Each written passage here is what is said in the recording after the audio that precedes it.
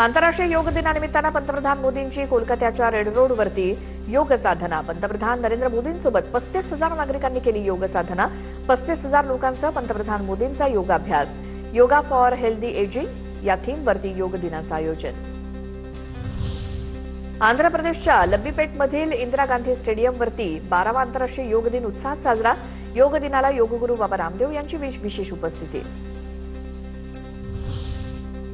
मुंबईच्या जुहू बीचवर आंतरराष्ट्रीय योग दिवस साजरा. योगोत्सवासाठी मुख्यमंत्री देवेंद्र फडणवीस आणि विधान परिषदेचे सभापती राम शिंदे उपस्थित होते. अयोध्या इथल्या कथित देणगी चोरी प्रकरणामध्ये 6 दिवसांच्या तपासानंतर एसआयटी पथक लखनौवरून परतलं. एसआयटी पथक मुख्यमंत्री योगी आदित्यनाथ यांना अहवाल सादर करण्याची शक्यता.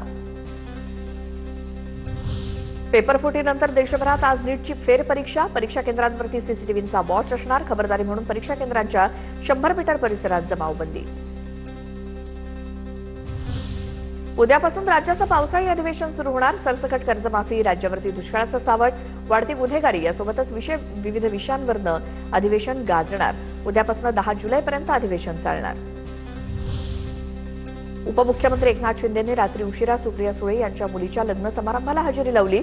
जिओ वर्ल्ड सेंटरमध्ये या विवाह सोहळ्याला राजकीय क्षेत्रातील अनेक दिग्गज उपस्थित होते.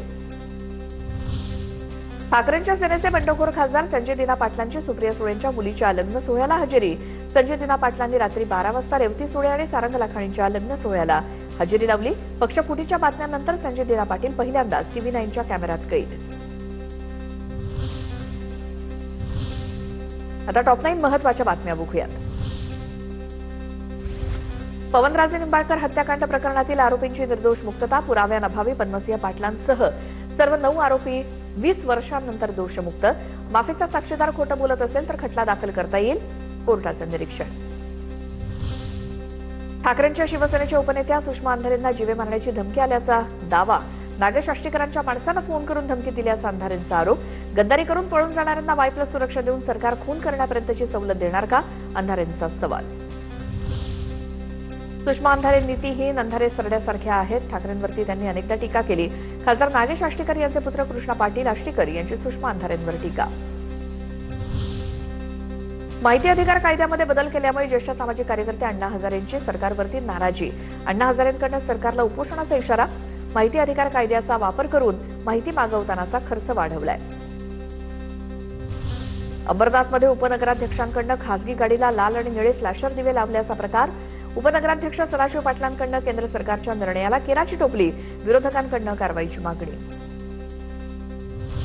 महिला सक्षमीकरणासाठी राजमाता जिजाऊ महिला सक्षमीकरण योजना सुरू. महसूल विभागाकडून शासकीय पडीक जमिनी आता भाडेपट्ट्यानं महिला बचत गटांना देण्याचा निर्णय. महसूल मंत्री चंद्रशेखर बावनकुळे यांच्या संकल्पनेतनं योजना सुरू.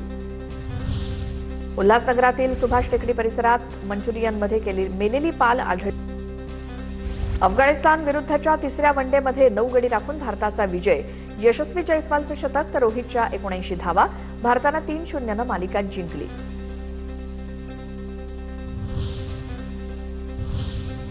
आता मुंबई आणि उपनगरातल्या टॉप 9 न्यूज बघूयात.